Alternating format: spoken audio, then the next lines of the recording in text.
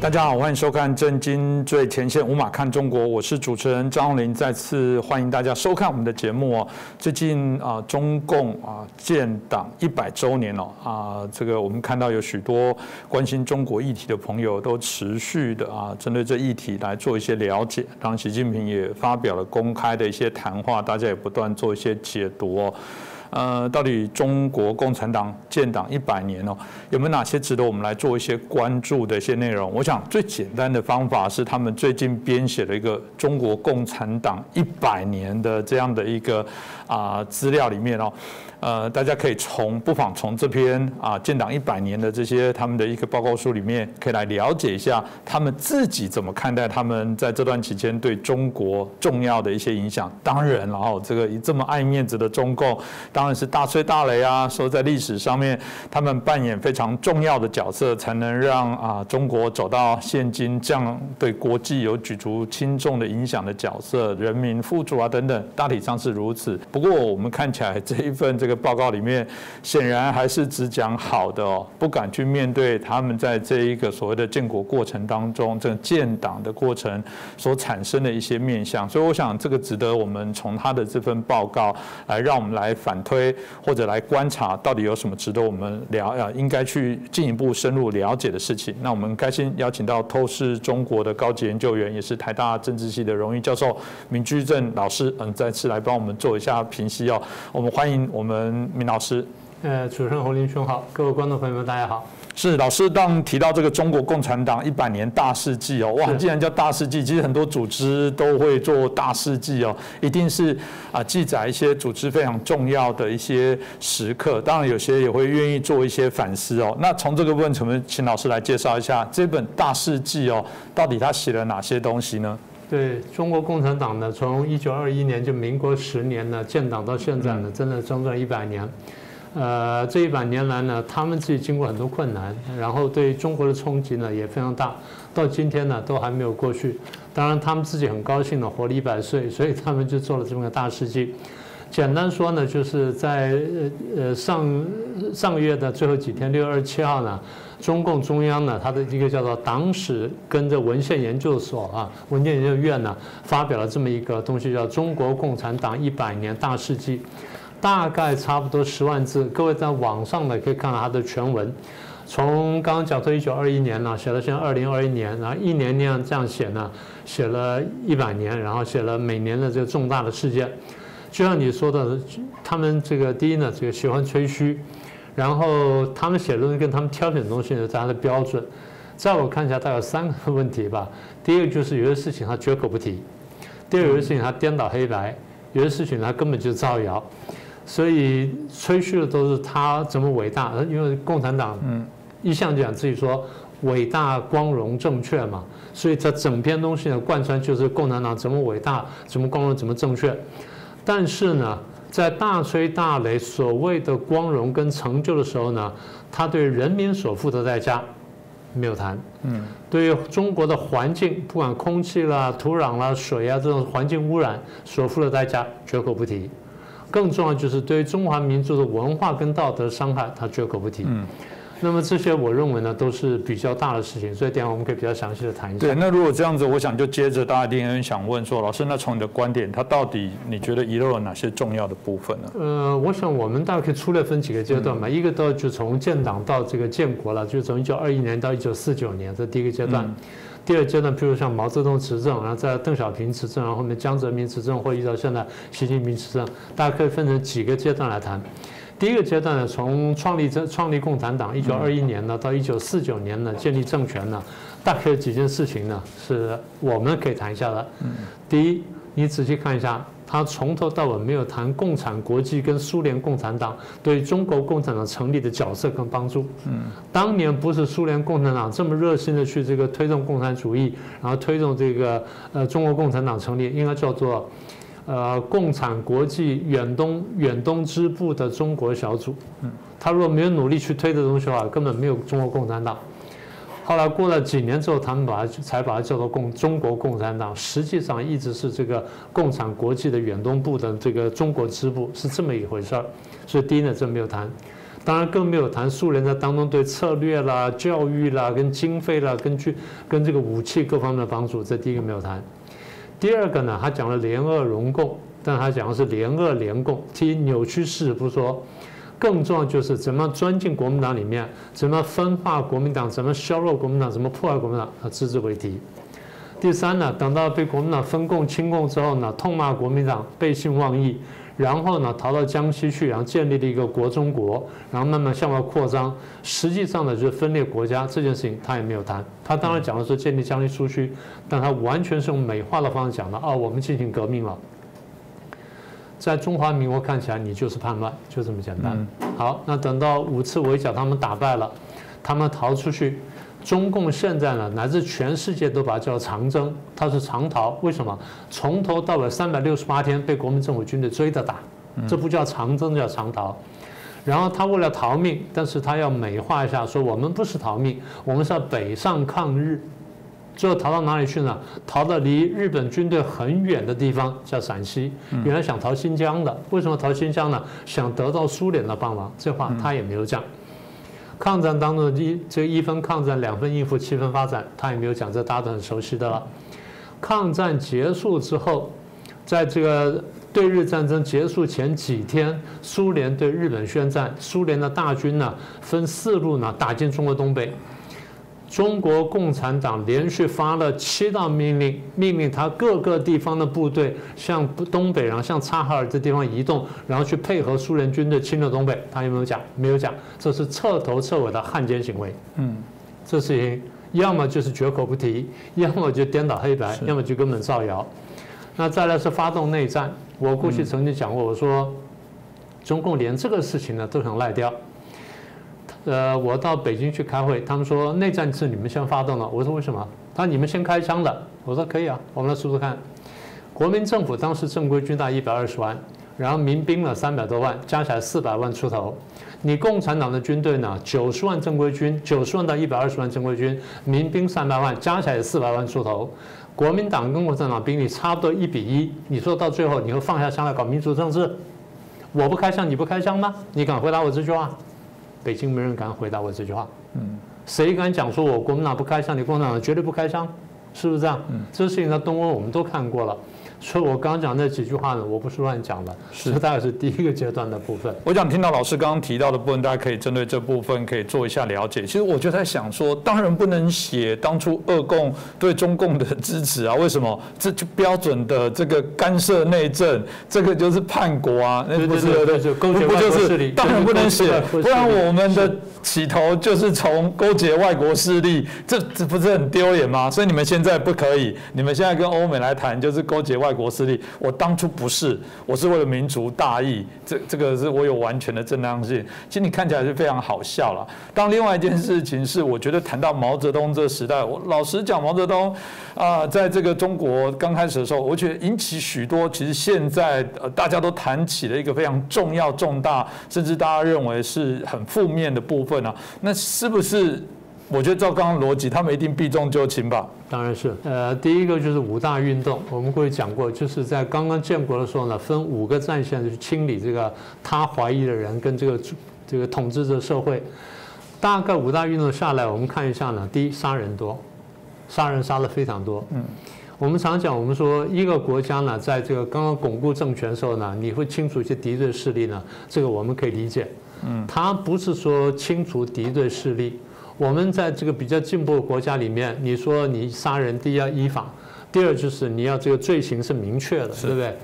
中共杀人呢，第一不依法，它是无法可依；第二呢，杀人不是因为你行为，法律判人判罪哈，在比较进步社会判罪是因为行为判罪，不是因为身份而判罪。中共是因为身份而判罪。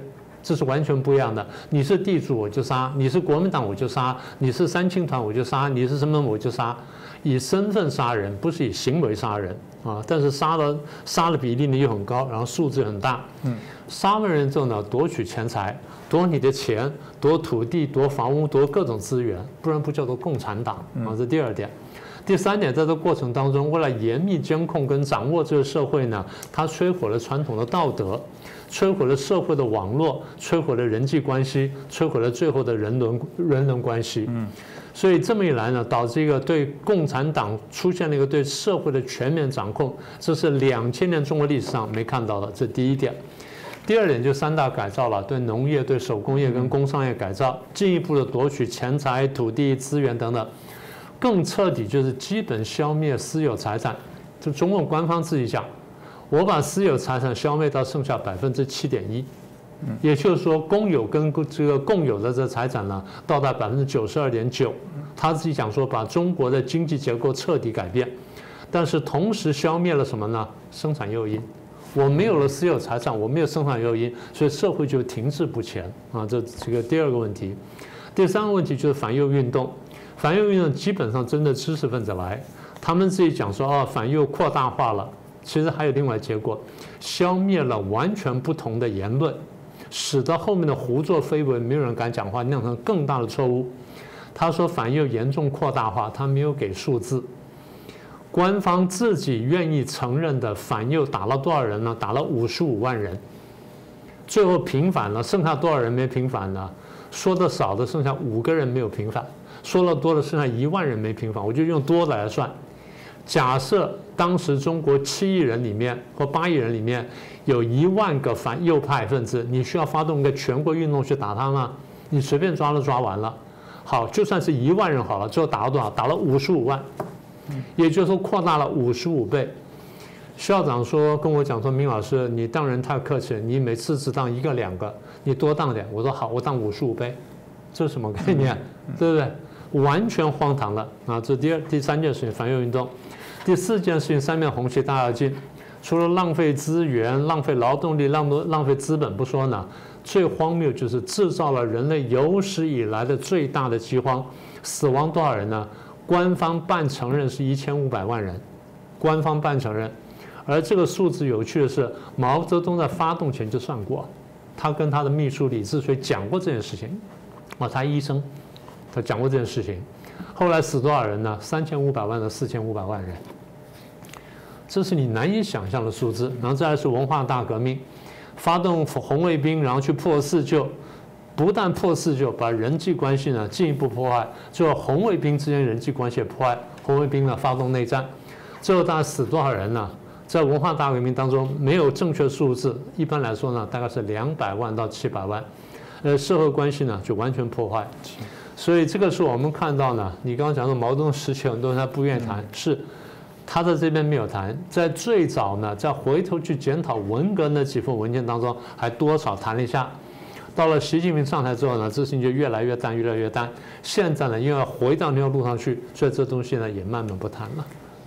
是，老师刚刚在针对毛泽东在整个我们刚提到应该要谈论的事情，显然是并没有太多的一些琢磨。那当然就回到很重要的另外一个角色，就邓小平哦，因为邓小平大家知道，当然在许多的现在在谈到中国的很多经济改革的部分哦，当然都会说他当初是一个很重要的一个角色。不过他在任内当然还是发生6·4天安门的事件哦，我就很好奇，那这个在他的记录里面，它存在吗？存在。他说我们消灭了一场这个意图推翻我们政权的反革命事件。他当然说了，对他的定位是不一样的。是。邓小平时代呢，中国其实原来有机会走上一个很好的转折。我们不是常想说民主化，民主化吗？西方传统，我们过去谈过的问题啊，就古典民主化理论是说，这社会呢，从农业社会或比较不发达社会，慢慢工业化之后呢，然后就开始循序前进。当他运气比较好，大概10年、20年，最多30-50年呢，就产生一定数量的中产阶级。这中产阶级呢，因为有钱了，然后生活比较宽裕了，所以他希望有比较大的生活空间，包括言论空间在内。所以在历史上，在欧美经验，我们看到新兴的中产阶级一段时间之后，为了保护自己利益乃至扩张它的活动空间，会跟王权斗争，会跟公权力斗争。所以中产阶级变成了自由化的推动者，还不是民主化，自由化的推动者。所以社会呢，因为中产阶级不断的冲撞而慢慢开始放松，然后开始最后呢政权让步，然后再出现民主化。也就是说，当时邓小平起来推动这个改革开放经济发展的时候，原来是有这么个转折的机会的。好了，那么到了70年代末80年代初，这苗头刚刚出现的时候呢，邓小平当时呢其实是有过民主想象的。你前面不是提过这件事情，说他们提民主吗？是他真的这样讲。邓小平在1980年1月份跟8月份分别做过一次公开的一次讲话，后来文字披露出来了，讲了就是党跟国家领导制度的改革，基本概念就是民主化，而这民主化不是共产党的民主化，是真正的民主化。那为什么后来退回去了，后来退缩回去了呢？因为波兰发生团结工联。波兰的团结工联呢，一闹大，事情一起来了啊，要去抗争。邓小平想说，万一我们要搞个团结工联，那怎么办？所以他立刻后退，所以就推出4个坚持，然后最后就收紧了。换句话说，邓小平原来有过民主政治想象，而这民主政治想象来自于什么呢？来自于刚刚讲的文化大革命当中，他个人跟他家庭所受到的冲击，跟他所观察到的社会现象。所以在那个时候，如果说他胆大一点，敢放手说我们走下去，来，我们让社会变迁，让中产阶级大量出现，我不打压他，然后呢改变我共产党的性质，这个时候中国有机会民主化。但邓小平害怕失去权力，所以在这时候呢开始收紧。收紧的时候，我们不是提到吗？前面一个胡耀邦，后面一个赵紫阳，这2个领导人在中共的领导层当中，相对来说思想是比较开明的。所以胡耀邦呢本来想开放多一点点，但邓小平被挡住了，所以双方发生一些矛盾，就邓小平决定说把胡耀邦拔掉。邓小平决定把胡耀邦拔掉。拔掉之后就换了赵紫阳上来做总书记。赵紫阳思想呢大概比胡耀邦再开放一点点，他晓得说有些事情只能做不能说，所以他谨慎的推动。但是在一个问题上出了纰漏，我最近看到的，在怎么处理胡耀邦去世这个问题上面，然后这个共产党要不要悼念啦，然后采取什么形式呢？这中出了问题。按照现在最新的资料，现在看起来呢，赵紫阳想要比较隆重的悼念胡耀邦，开个10万人的纪念大会，然后肯定他的功绩什么等等。后来有人发现，这事情呢，听在邓小平耳里面完全不是那么回事。他想说，胡耀邦是我打下去的，现在你要纪念胡耀邦，你不是等于打我脸吗？等到胡耀邦纪念完了，你现在回来这个执掌政权了，那你是不是最后就要我的命了？所以最后决定说，我把赵紫阳打下去。所以为了要打掉赵紫阳，然后就扩大激化学生的矛盾，最后呢就拿这个借口呢打了赵紫阳，酿成6·4事件。所以换句话说，这些中共产党人到了高层的时候，绝大部分人的思想呢都变得非常恶毒。所以这经过6次屠杀之后呢，中国就大倒退。所以这政治上事件，另外一件事情我们可以补充一下，就在邓小平执政前后，就是真正回来执掌政权前后。中国开始推动计划生育，计划生育呢，不是件坏事，问题是你怎么推法，然后你的这个空间有多大？那现在的结果就是，第一呢，少生了几亿人，那现在还觉得说人口不太够了，现在说生了，当初呢觉得说少生小孩是对的，现在说多生小孩是对的，所以前前后你想，你这个错误政策酿成了多大的牺牲，老百姓这个牺牲了多少条人命？更不要说杀女婴，现在我们估计杀女婴呢，大概杀到2000万上下，2000万上下。各位现在看到中国大陆人口统计，女孩比男孩少1000多万嘛，就差不多2000万左右嘛。所以这个是我们说邓小平改革开放对中华民族有他的贡献，但是呢，付出代价也非常惨痛。这个当然就是值得我们还是持平正版的部分来做一些反思哦。当然回到江泽民的这个时期哦。要说他如果要说运气好的话，从什么角度来看？因为刚好国际氛围的一些改变哦，基本上很多的包含这个国际台商都纷纷进到中国大陆开始做这些投资哦。中国好像也开始在进行这些相对应的比较欢迎接受西方的一些相对应的一些所有的一些资源哦。但当然也有一些很重大争议的事件，比方说法轮功被镇压的这样的事件，同样发发生在江泽民的主政时期。老师，你又怎么看待这段时间呢？对江泽民时期呢，当然你可以从两边来看呢。一方面就是它有一个外因跟内因呢，使它能够经济发展。所谓外部因素，就是6·4事件镇压的时候，不是美国各国都开始制裁它吗？后来呢，好死不死，伊拉克那个跑去打了科威特，伊拉克海珊跑去打了科威特。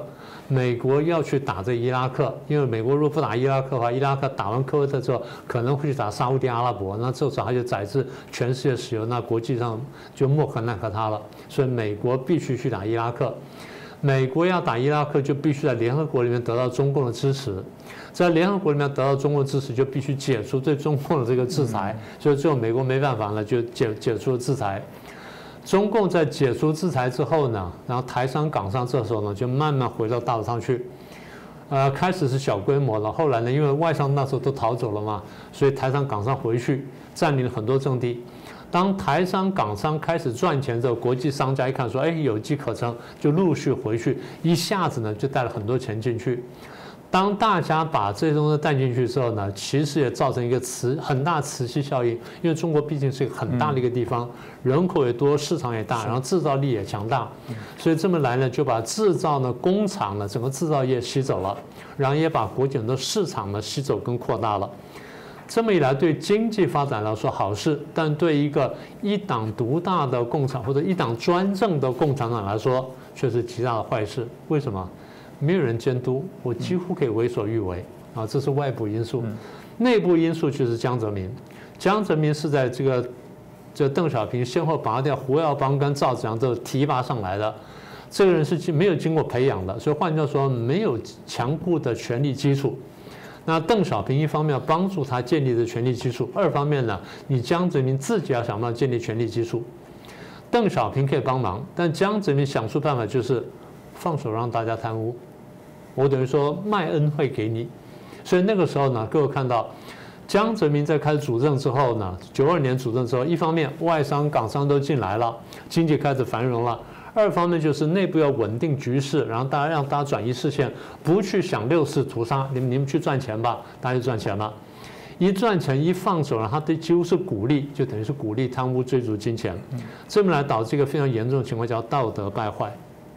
另外就是他跟这个俄国签订了那个条约，然后承认了满清以来我们从来没有承认的不平等条约，白白拱手让出去大概160万平方公里土地，大概40个台湾那么大的土地。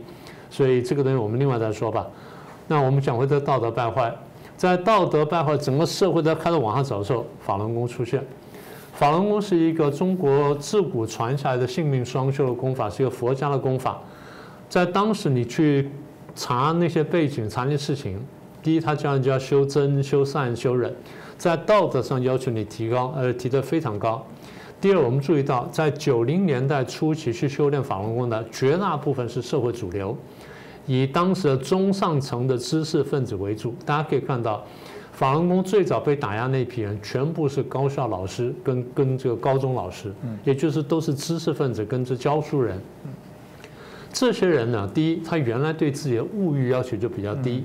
第二呢，对自己道德标准要求本来比较高，再加上法轮功的熏陶呢，道德标准更高，所以整个社会一方面在向下滑，另外出现一个向上升的提升的力量，这两个力量在相拉的时候，本来如果你放手让法轮功发展，它可以把整个社会带上来。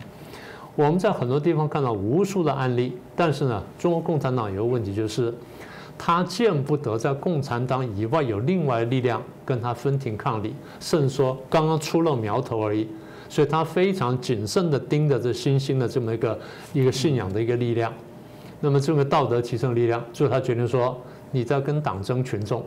换句话说，法轮功根本没有想这件事情，但在共产党眼里面看起来，你在跟我争群众，是可忍孰不可忍，所以打下去了。不但把法轮功打下去，然后后来开始活摘器官了、贩卖图利，那这东西就更可怕、更邪恶了。一个社会呢，有个向上的力量的时候，你把它打掉，最后大家得到结论就是，我做坏人比较保险，我做好人是危险的，所以我当坏人比较好。所以当好人被打的时候，他等于鼓励坏人呢更加坏、更加猖狂。所以一路下来呢，就一泻千里、无可救药。今天中国大陆社会变成这样子呢，你说他反贪腐，对，习近平反贪腐。为什么越反越贪，越反越腐？简单说，因为没有道德约束。外在的约束呢，基本上再怎么样呢，会有限制的，所以这是我们看到江泽民时代呢，我觉得一个最大的罪恶。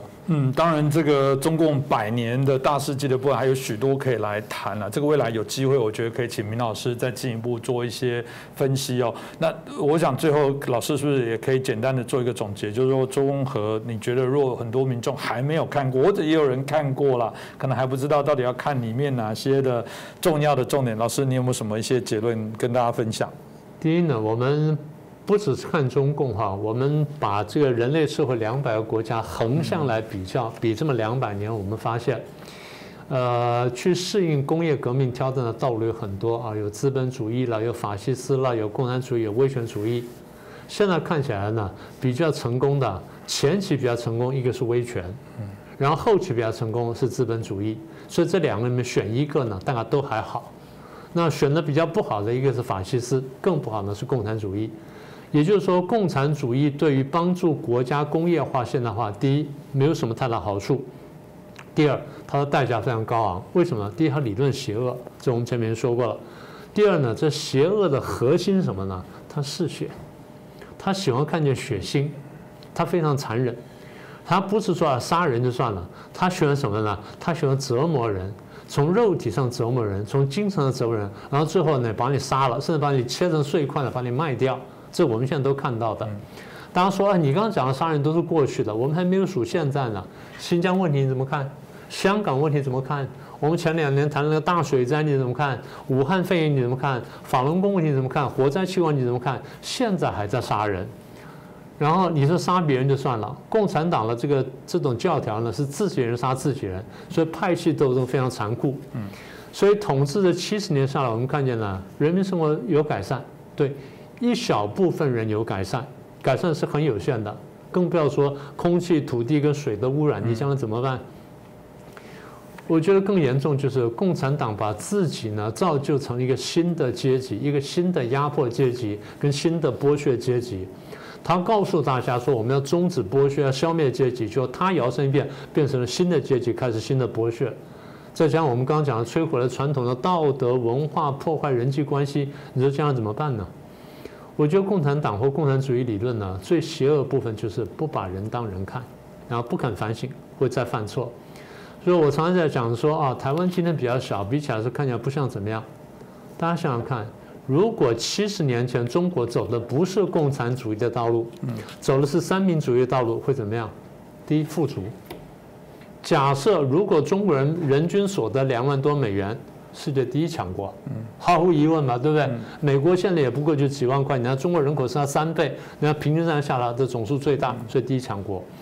所以国家这个人民富足，国家强盛，社会进步，更重要就是不会死掉几千万条人命啊，没有必要这么付出这么惨痛代价，再加上环境的破坏，所以我才说呢，共产主义的这些清算呢，自己这样讲建党100年，他常吹嘘他是伟大、光荣、正确，这3句话呢，反过来看，我看比较准确。当然了，这个中共这个100年的大事记，有机会，我觉得大家应该都可以，像明老师他在网络上可能都可以找到相关的资料。我觉得大家就持平的部分去做一下了解。但也许有人会说啦，就像写公司里面的这个所谓的大事记，谁会写坏事？当然都写做了什么重要的事。好吧，如果你要用这样来谈，它是共产党自己的文宣品，当然要写一些好的。但回到史料跟史实，那我问一下，中华人民共和国总要写断这段历史吧？这个总不能把它抹灭掉，因为那就是真的发生在这个国家里面的事情。那他敢真实的注记吗？就算你不要说是什么迫害，好歹你也是客气的会写说面临到的挑战，面临到什么好，那就真实的去呈现。如果有反省，这也代表一个政党他没有反思能力。我再强调，民主国家也会犯错，但会被监督，会反思。共产国家犯了错不检讨不反思，我觉得这怎么会是一个你们认为是一个伟大强盛的一个国家？我觉得这值得大家好好来了解一下。今天再次感谢我们明老师哦，谢谢也感谢大家的收看。当然希望大家持续来支持我们的节目。如果你喜欢我们的节目欢迎给我们按赞留言，然后可以转传，可以分享，可以开启小铃铛，让我们的节目随时最新的讯息都可以通知大家。我们也期待啦，我们的节目其实可以影响更多人，让更多人更了解他们所面对的中共可能产生的一些威胁，对中共作为更了解的一些状况之下，我觉得我们才能有一些对应处理的一些方式啊。那当然也欢迎大家批评指教，给我们一些更多的讯息。如果您想要听什么想知道的这些内容，我们也欢迎可以留言给我们。我们希望随时都把一些最新的正确的一些讯息跟大家想要的讯息可以分享给大家。那就再一次感谢老师，也感谢大家的收看。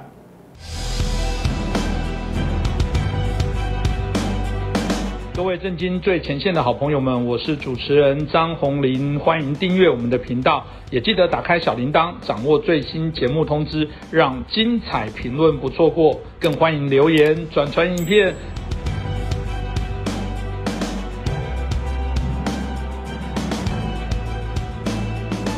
大家好，欢迎收看《震惊最前线》，无马看中国，我是主持人张宏林。再次感谢大家收看我们的节目哦。疫情期间还是希望大家保重自己哦。大家有观众朋友反映说你怎么还戴着口罩？其实因为我们在棚内还是有其他的一些摄影工作者，因为台湾在我们录影的这个时间还是3级警戒哦。当然我们希望台湾尽快的疫情趋稳，那我们的疫苗尽快到位，让大家都可以进入到这个防疫更高的一些保护。我想全世界都一样，我们都希望这个问题赶快解决哦。那另外一个大家所关注的部分是在今年7月1号，中共的建党100年哦，当然有许多一系列的一些庆祝活动哦，很多人当然会从不同角度来评论看待这个中共100年的这个庆祝，中共100年的这历史的一些功过。但有人说中共事实上建党100年也有一些它的魔咒，回到中共的这些政党当初在成立的过程当中，到底它有什么样的一些使命？但我们现在看到了，当然就有人会反思说，现在这个救亡压倒启蒙，然后反帝压倒民主，民族主义变成了主导中国革命的改革，所以为了民族主义牺牲了我们的所谓的民主自由。那有人说这是中共革命之后的一些魔咒，到目前为止这从有一些可以看得懂的人来讲，认为这是一个中共所面临其实是一个危机哦。那这值得我们好好来了解一下。那今天我们邀请到国策研究协会的咨询委员，我们董立文教授，我们欢迎董老师。主持人好，各位观众朋友大家好。当我就回到了这个中华民国来到台湾之后历经中华民国在台湾，甚至中华民国是台湾，也就是我们现在很多会强调这个在历史的变革上面台湾基本上的确经过数十年来讲，已经演变成符合我们自己在在地，所以对照起来，大家很喜欢用这部分来作为比较。老师您怎么看呢？好的，中共建党100年它执政也超过70年了。所以这个政党能够生存100年，一定有它的政治生命上的韧性，也有它的贡献了。只不过从去年开始到今年这个中共已经铺天盖地的在宣传它的成绩它的这个政绩跟成就嘛我倒是觉得有一句老话，这个时候可以重新的提出来。这个话的意思就是说，批评若遭禁止，那么赞美也就没有意义了。所以我们从这个角度来看一下这个中共这个建党100年有什么样的功过是非。那当我们要讨论这件事情的时候，你的判准是非常重要的，就是说你用什么东西当做你的判断标准。在这个地方，我认为是有2个判断标准第一个判断标准当然是两岸，就是说，从1921年开始，中国是什么状况，台湾是什么状况，这是一个判断的标准，叫互为参考嘛，互为比较。第二个当然是应该，从这个中共建党的时候，那个时候中国的人民他的期盼是什么，他希望什么，然后共产党建党的那些元老，他当时在主张什么，他当时在追求什么。我觉得要从这2个判准来进行这个评估，中共的这个100年功过这样才有意义。好，1921年简单的说在台湾诞生了第一次的公民运动，那个公民运动是在追求民主跟延续抗日的精神。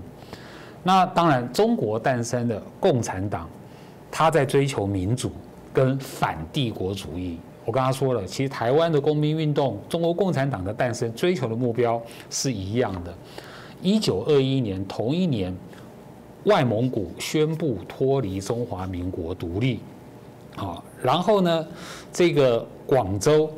孙中山国父孙中山在广州成立了军政府，所谓的护法政府，宣布脱离北洋政府嘛，那孙中山自己就担任了这个所谓的非常大总统，中华民国的非常大总统。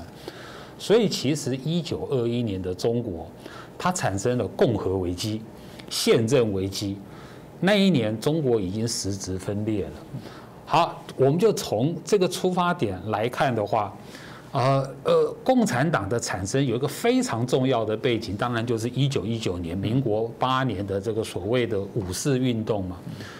五四运动呢，它当时有两句口号，代表他们追求2个不同的革命方向。第一个口号当然就是德先生跟赛先生，也就是启蒙来追求民主跟科学嘛。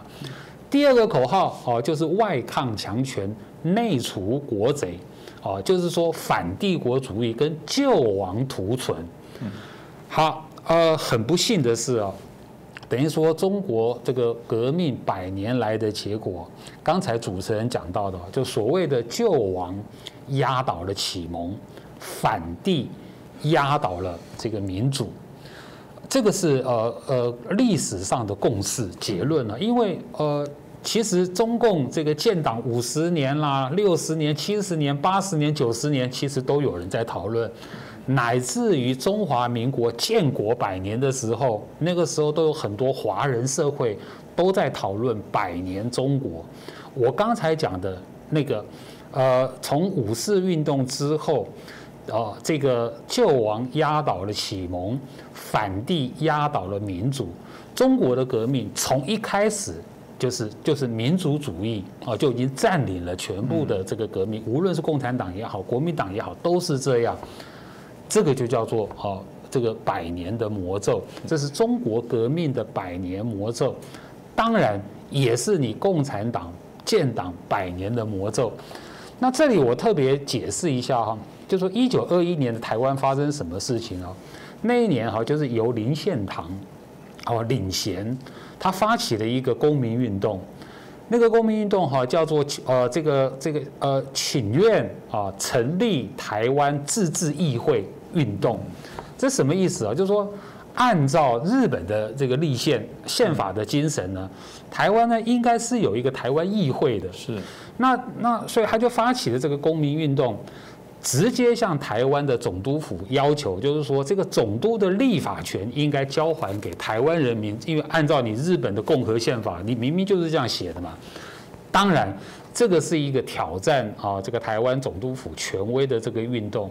那为了推展这个运动呢，当时还成立了台湾文化协会我们所熟悉的那些台湾的老一辈的这个民主人士包括蒋渭水啦我刚刚说的林献堂他就借由参与这个推动这个台湾文化运动，来配合刚才所说的那个请愿运动。好。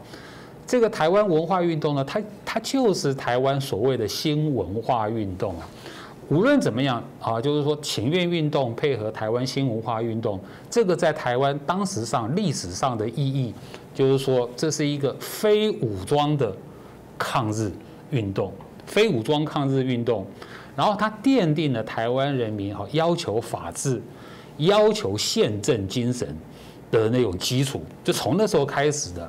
好，所以最后呢，这个二战结束以后嘛，中华民国来到台湾，历经了中华民国在台湾、中华民国是台湾，经历过这些阶段我们就可以看到就说这个中华民国在台湾被台湾的民主化跟本土化同化了。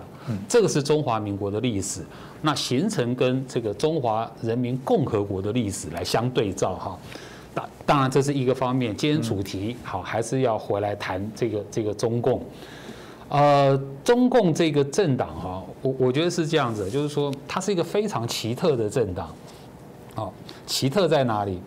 它其实是在1921年7月23号，有13个共产党这个的代表，有2个苏联派来的第三国际的代表参加了中共的成立。所以中共的成立，第一个13个人。他是在7月23号，他其实不是7月1号。重点是有2个苏联派来的第三国际代表来帮助中国共产党的成立，这什么意思？这个是外国干涉内政，中国内政之下的产品就对了。所以共产党的成立一开始就是外国的干涉，苏联的干涉。所以这个第三国际苏联派代表参加，指导共产党的成立，指导后面的共产党的各种的政策啦、运动啦、革命啦的方针路线，一路到第7次大会7大，就是中共建国以后，它才结束就对了。所以说这一段的历史其实是令人还算是不胜感慨的就对了。那当然。我刚刚说的好，就是说，如果回到中国历史发展本身来看中共建党100年的话，你第一个你必须谈的就是中共的创党的领袖，那个人叫陈独秀。谈中共建党100年，你怎么可能不谈陈独秀呢？就等于说谈国民党的建党100年，你一定要谈孙中山嘛。陈独秀呢，就是共产党的孙中山就对了。那重点是很奇特，就在这一次的中共建党100年里面根本在中共的官方根本没有出现陈独秀。陈独秀呢，简单的说他虽然信仰马克思主义，但是他的民主政治思想呢是非常清晰的，就是说他主张如果要建立一个新中国。新社会的话，一定要学西方式的这种民主政治、人权思想，乃至于共和宪政。陈独秀的选集、陈独秀的言论有很多这种言论，就对了。各位去查。好，这是一个方面。第二个方面就是1935年遵义会议，毛泽东掌权以后，就共产党由毛泽东领导的1935年了。到革命1949年革命成功之前。这个过程中，毛泽东他有无数次的主张民主的这个言论记录举例来说，随便举例，因为很多，随便举例抗日的时候这个毛泽东说中国什么都缺，最缺2件事情第一件事情是抗日，因为他指控那个蒋介石不抗日嘛。第2件事情是民主，缺一不可。那针对民主，他说不能一人一派一党专政。1945年抗日战争胜利之后，毛泽东还是继续说，中国最缺的2件事情，一个是独立，一个是民主，尤其是要这个不能一党专政，希望能开放党禁，希望能够扶植舆论。按照我们今天的话，开放报禁是，然后实行宪政民主，所以你可以看到，如果说按照这个中共建党的时候，陈独秀的他的这种民主的这种思想，毛泽东的这种民主革命的这种思想的话，那么今天习近平他所主张的所谓的社会主义民主政治他恰巧就是当年。这个陈独秀跟毛泽东所要革命推翻的对象，所以这真是一个历史的讽刺就对了。这老师刚刚提到，我也脑中也在想说，这个对照他对于香港《苹果日报》的这个所谓的言论自由的钳制扶植舆论，然后说这个骂蒋介石这个独裁专政，所以你必须要开放。他其实案子就是你蒋介石，你这个国民党，你就是缺乏民主的这些机制。但他执政之后，他发现，独裁真好用，这是一个非常讽刺的事哦。其实老师刚刚举了一些例子之后，我相信让大家觉得非常的惊讶，真的这些历史的东西，原来一摊开之后是这么样让人觉得讽刺哦。这是不是请老师也可以再进一步谈一下？因为我相信中国建党，如果这样列起来，应该非常多，应该非常精彩的东西。老师要不要让大家，不管是对台湾的朋友，觉得了解一下哦，这段历史，像你讨厌，有时候你讨厌中共，但你还是必须去了解它。对于一些海外的朋友来讲，你也许不了解，即便你过往曾经也许吃过中国的奶水，在中国长大，后来离开，那我觉得还是有必要了解一下。那对啊，好啊，那我们回到初衷嘛，回到最初你成立当初。大家人民支持你，让你有机会来取得对于中国对于政治的这些领导。那你最早的初衷到底是什么？老师要不要也介绍给让大家了解？是的，其实我完全是引述习近平的话嘛，因为他自己说的不忘初衷嘛，所以说我们判断中共建党100年就要回到初衷啊。那我们看到的初衷，陈独秀当年的陈独秀，当年的毛泽东，他的确是这个样子嘛。那我觉得比较感慨的哈，你看这2天，就是这个6月28号习近平的讲话，还有习近平7月1号的讲话，习近平把人民跟群众挂在嘴边，但是民主宪政不敢谈。好，那我们就不谈民主宪政哈，就是说我们回来看看习近平主要在推销什么，还是从毛泽东那边来的。毛泽东说过。这个中国共产党的革命推倒了压在中国人民身上的3座大山嘛，帝国主义、封建主义、官僚资本主义嘛。好，可是你今天回头来看中国人民你就会发现，就是说，因为中共封杀了民主自由，然后用民族主义、用爱国爱党主义来催眠之下呢。新的3座大山又压在中国人民的身上，更糟糕的是，旧的3座大山现在已经复活了。新的3座大山，其实我们过去在这个节目里面还讨论蛮多的。什么叫新的3座大山？上学难、看病难、住房难，对不对？这3难，新的压在中国人民身上的3座大山。好，这3难。的根源是什么？这个3难的根源应该都要回到，就是说中共的这个政治体制，它的分配不均尤其是它的特权横行就对了。就是说经过了这个经济上的改革开放之后呢，这个叫做中共的一条腿走路。一条腿走路就是只要经济改革。不要民主改革，然后又坚持所谓的4项基本原则嘛。那这样一路走来一条腿走路，一条腿跳的结果呢？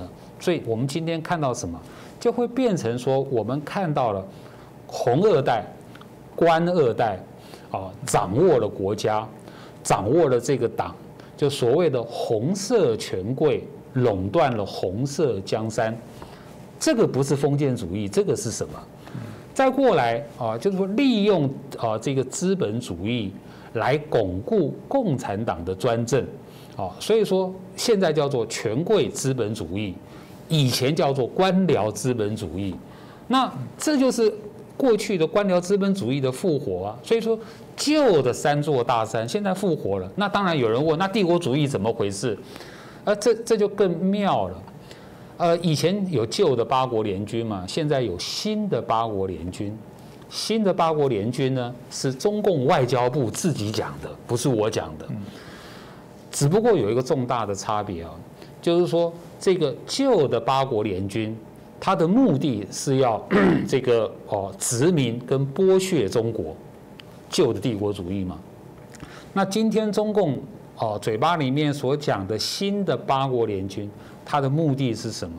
它的目的第一个，为了保护台湾的民主自由，为了声援新疆的人权跟自由，为了这个声援香港的人权跟自由，才有新的这个所谓的八国联军嘛。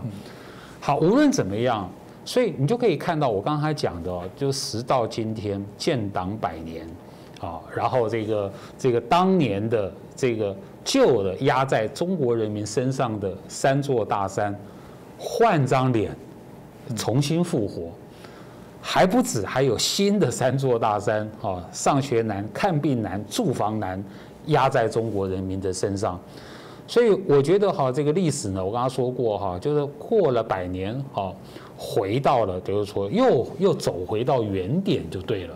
是透过老师刚刚提到这个新3座大山跟原来旧3座大山的这个问题，大家也可以看到，当然中共的确还很爱用口号了哦。那另外一个，我觉得也值得来做一个关注，是2016年习近平在中共党校的工作会议上有说一件事情，我觉得这件事大家也值得跟我们这次的中共的100年党庆，我觉得也许也可以从中看到一些端倪哦。因为他在会议上说，中国从站起来到富起来，那将来也会从富起来到强起来。我想这个东西大家在许多的文章评论上大家都有看到。那当然啦，另外一个他鞭策大家落后就要挨打哦，如果你这个贫穷，你就会挨饿；如果你失语，就要挨骂哈。这是中国近代历史以来他们深刻得到的结论。借此当然告诉大家，好像是大家要更努力哦，大家应该更加倍要珍惜这个中国从来没有创造过的在整个国际历史地位的这些高度。所以之前我们在许多节目当中提到了他们的为什么敢做战狼的外交？当然不怕你啊，因为我现在从以前我要抬头看你，我现在已经可以平视你。平视是客气，其实他的意思是我现在主语这个低头看着你们这些欧美国家，因为我已经具有足够的一些实力了。这当然就让大家这个很好奇这些话语的这些背景。老师，你会怎么去解读呢？好的，刚才主持人所引用的习近平的这2段话哈，其实呢是等于说这5年来了，等于说是中共建党100年最长宣传的2段话。什么中国？因为以前这个毛泽东讲的嘛，1949年这个中华人民共和国成立，他在天安门这个城墙上面大喊"中国人民站起来了"嘛。那现在习近平就把这个话接下来了中国人民站起来了，也富起来了，未来要迎向强起来了。那后面还有另外一段话，也是常被引用的也是他们这个习近平的建党100年主要的宣传口号，也就是刚才讲的中国落后就要挨打，贫穷就要挨饿，然后呢失语就要挨骂好，在评论这2段话之前我先讲一个中国共产党的一个基本的心态，尤其反映在习近平的身上。刚才讲的那2段话，习近平讲完以后，其实后面都会接续下去，所以呢，要不断的斗争。好，我一开始就讲了，其实中国共产党是一个非常奇特的政党你看他在1921年建党嘛1949年建国19211949中间有28年，这什么意思？就是说，中国共产党革命的时间有28年。那在这个革命的过程中呢，其实都是血腥革命譬如说这个城市的暴动啦，乡村的暴动啦，5次的围剿啦，然后呢，这个45年到49年的国共战争啊，那个历史都非常的暴力，非常的血腥。简单的说了至少在1940年以前就是说中共刚建党20年，你如果前20年呢，你如果加入共产党呢，你的死亡几率超过95%，那太吓人了，真的是这样我随便举中间那个例子就是这个我们国民党的教科书叫做5次围剿嘛第5次围剿成功以后，那个中共呢，他不是就从那个江西那个井冈山往外跑嘛？这个中共叫做长征嘛，25000里长征。这个25000里长征呢，从江西井冈山跑出来的时候有8万人，经过25000里长征到陕西延安的时候，只剩下6000人。你看沿路折损那么8万，到最后剩6000，这死亡的那么多人，还不是大多数，不是说国民党去杀的，不是，是因为那个路途太艰辛，饿死冻死一堆。你看光是这个革命的历程呢，就够吓人了，95%的死亡率。后面还有更吓人的，假设你是1940年以后比较幸运了你加入共产党，死亡率没那么高了。但是根据毛泽东说的共产的党内历经过10次党内重大的路线斗争，有10次斗争。换句话说，到1976年毛泽东死之前我们就算到1976年，你只要是加入这个中国共产党的，你有超过95%，你是被批斗的，你会被批斗的这个毛泽东自己承认，他党内就有10次重大斗争嘛举个文化大革命来讲的话，那个中共的这个10大这个统帅10大元帅叶剑英，他在1979年的时候，他曾经公开过这个数字。他说，文化大革命，光是武斗死了对不起，武斗的话死了12万人，武斗死了12万3000多人。有250万干部被批斗，被批斗的250万，有30万多干部被非法关押，被关起来了。里面有11万5500多名干部非正常死亡，吓不吓人？所以你再想想看就是这一个政党，中国共产党从他出生到28岁建国嘛，到28岁。他是经过这样子的环境长大的，所以这个党又到1976年，全部都在斗争中，所以这个党难怪那个美国总统拜登说过，说习近平骨子里面就没有民主。那习近平的骨子里面是什么？就是斗争那所以说刚才讲的那几句话，要从这个角度看落后就要挨打贫穷就要挨饿，失语就要挨骂，然后中国已经从站起来、富起来要迎向强起来，他这些话都是非常典型的用民族主义来解释过去的历史，他的目标是在限制中国的未来走向。然后呢，再配合，还记不记得习近平说过要有4个自信？对不对？4个自信里面最重要要有制度自信，这是什么意思就是说，中国共产党现在的政治体制，习近平认为就是最好的。那完了，就是说，任何只要敢批评中国共产党现在的政治制度的人，你就是没有自信，你就是反党。所以呢，他不但是在封杀就是说我们刚刚谈到的民主自由跟人权，他还在打击民主自由跟人权。所以我们今天看到一个我觉得是比较悲哀的情况。假如我们说中国100年革命的魔咒是因为救亡压倒了启蒙，反帝对不对？压倒了民主，那么今天的情况叫做强国要打倒民主，强国要打倒这个启蒙。为什么这么说呢？所以你看看中共现在在干什么？他在让谁挨打？他们专门在打击民主自由跟人权。他让谁在挨饿？他让那一些主张这个民主自由人权的人挨饿。刚才主持人谈到香港的那个《苹果日报》的事件，那是一个非常典型的。《苹果日报》它只不过就是主张民主自由人权嘛，结果呢，你看查封他的报社，冻结他的这个资金，没收他的机器，让这些人挨饿。还有很多例子，譬如说我们过去几年看到，在中国大陆的内部嘛，有很多老教授，对不对？他们都出来批评习近平。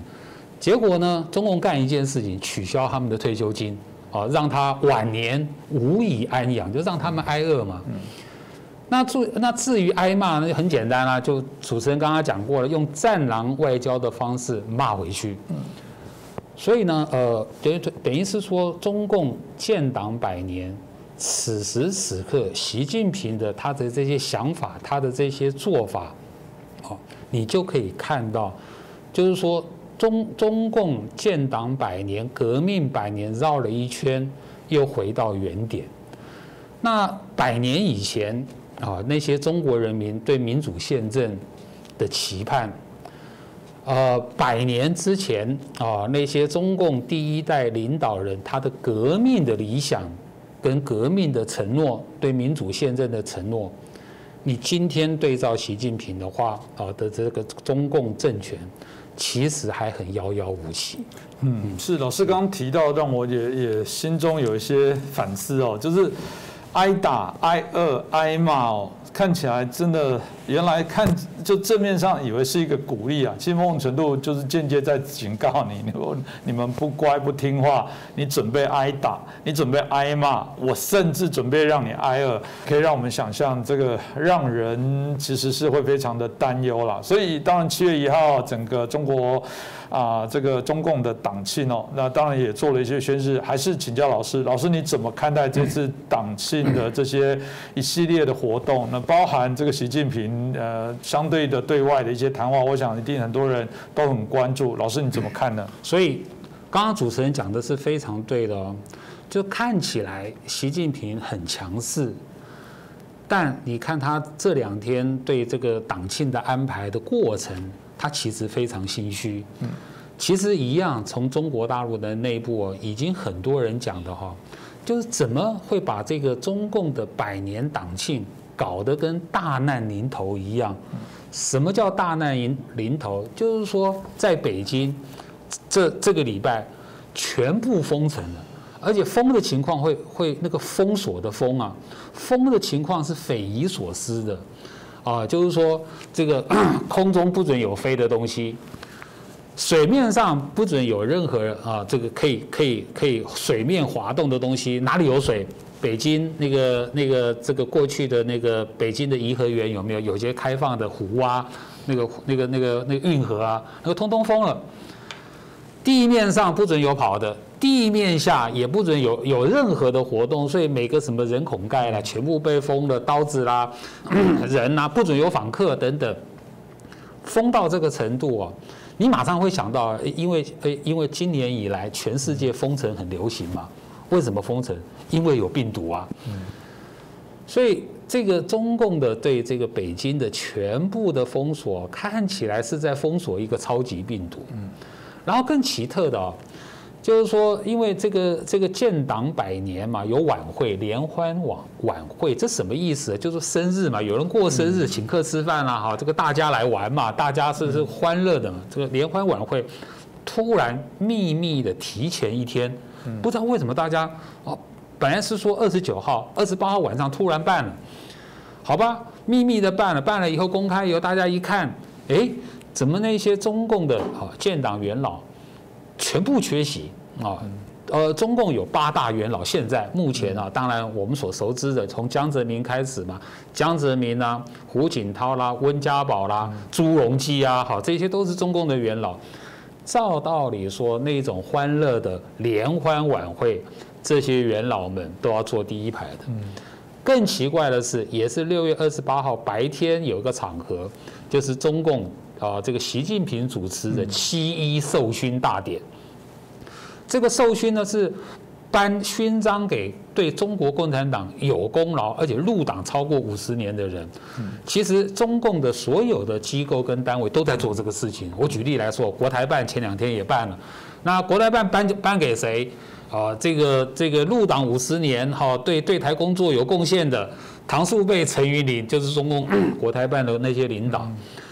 唐树倍已经超过90岁了，他一样出席嘛。然后那个陈云林这个人以前是有问题的，一样出席。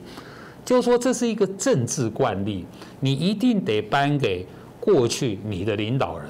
无论怎么样，他领导过中国共产党，尤其是江泽民、胡锦涛，7.1勋章你当然该给嘛，也没给。所以呢，这一次等于是说，这个中国共产党的党庆是在一个非常的诡异跟奇特的气氛之下。你看，我们还没有讨论国际气氛呢。其实国际的形势我们都知道，对中共、对习近平是非常不利的。我们还没讨论，我们就只谈中国国内。中共党内的情况就已经够荒，我觉得是非常的荒诞哦，非常的奇特的、诡异的。是，谢谢我们今天哦，我们老师也把中共100年的这个他们这个建党的历史哦，大家谈到从魔咒开始，看到他们在最新的在庆祝的一些相关一系列的一些活动，包含习近平的一些谈话，但可以让大家各中了解其中的一些状况。我想这个议题一定会持续大家来做关注了。100年当然都是一般大家喜欢过一个整数，特别是100，当然是一个大事哦。后续中国的一些相对应的一些发展，我想随着老师提到一个很重要的重点了，这不是中国内部关起来自己开心就好，毕竟全球化的过程当中，国际之间对于所谓的中共对于国际的一些相对的一些影响，其实大家各国纷纷从这个战略的模糊慢慢已经战略的清晰了，这个是你无可避免。所以我觉得看别人的这个建党的100年的庆祝，其实回过头台湾也应该好好思考，也就是老师刚刚提到的，我觉得身为在中华民国，在台湾应该要更清楚我们自己想要追求的这些内容，才能更有足够的底蕴来对抗我们认为一个对于中国一个不好的制度的一个相对应的对应。透过这个老师一开始的比较，我想也可以让大家有一些思考思索的一个空间。那再一次谢谢我们董立文老师哦，也感谢大家的收看。同样的，如果您喜欢我们的节目，拜托大家可以帮我们订阅，可以帮我们转传、按赞，也可以开启小铃铛，随时不漏接我们最新的节目讯息的一个通知哦。再次感谢大家，也再次感谢我们董老师。